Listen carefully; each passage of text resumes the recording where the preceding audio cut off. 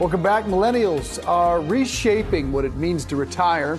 A new study by Charles Schwab reveals that millennials have surpassed baby boomers when it comes to saving for retirement. Let's bring in our next guest, Anqi Chen, Assistant Director of Saving Research at Boston College Center for Retirement. This is all part of our retirement segment brought to you by Fidelity Investments. Anqi, nice to see you. So let's talk about this. What did this study find? Well, it seemed like the study showed that millennials have a lot more in retirement savings than baby boomers. I think part of the reason is that older millennials specifically have really caught up in a lot of major life milestones and labor market outcomes that we've had feared that they were behind on earlier in their careers. Also, baby boomers are currently in retirement, so they'd be drawing down their assets right now. How are the two groups define or value retirement differently according to this research? So it seems like the research shows that the baby boomers value stability, whereas millennials are a little bit more mixed. Some value stability and others value perhaps traveling. I do wonder what part of it is because baby boomers are obviously older and what share of millennials, as they get to the baby boomers age, will also value stability. One surprising takeaway in this research was that millennials, only 48%, expect to own a home in retirement. Is that a dramatic shift in priorities, and how else do we see priorities evolving? Yeah, that is surprising.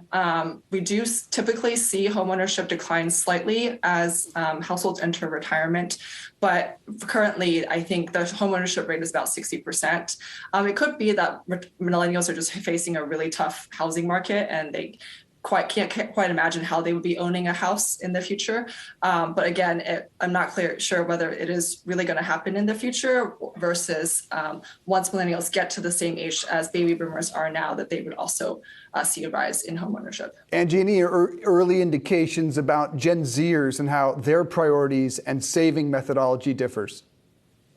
Well, Gen Zers are, most of them are not in the labor market yet. I'd be very curious to see, as more of them enter the labor market, what their savings behavior is going to be like. Some research that you guys conducted there at Boston College, very interesting, with this primary question: do households save more when their kids leave away? So when they leave for college, when you become an empty nester, do you begin to save more? What were your takeaways from that research? Yeah, so that's a new line of research we just looked at, and it seems like we couldn't really find much evidence that parents saved more as when their kids left. That didn't show up in their 401k and retirement accounts. It didn't show up in less debt. But at the same time, other researchers have found that parents' consumption went down after their kids left. So we are left with this little confusing puzzle.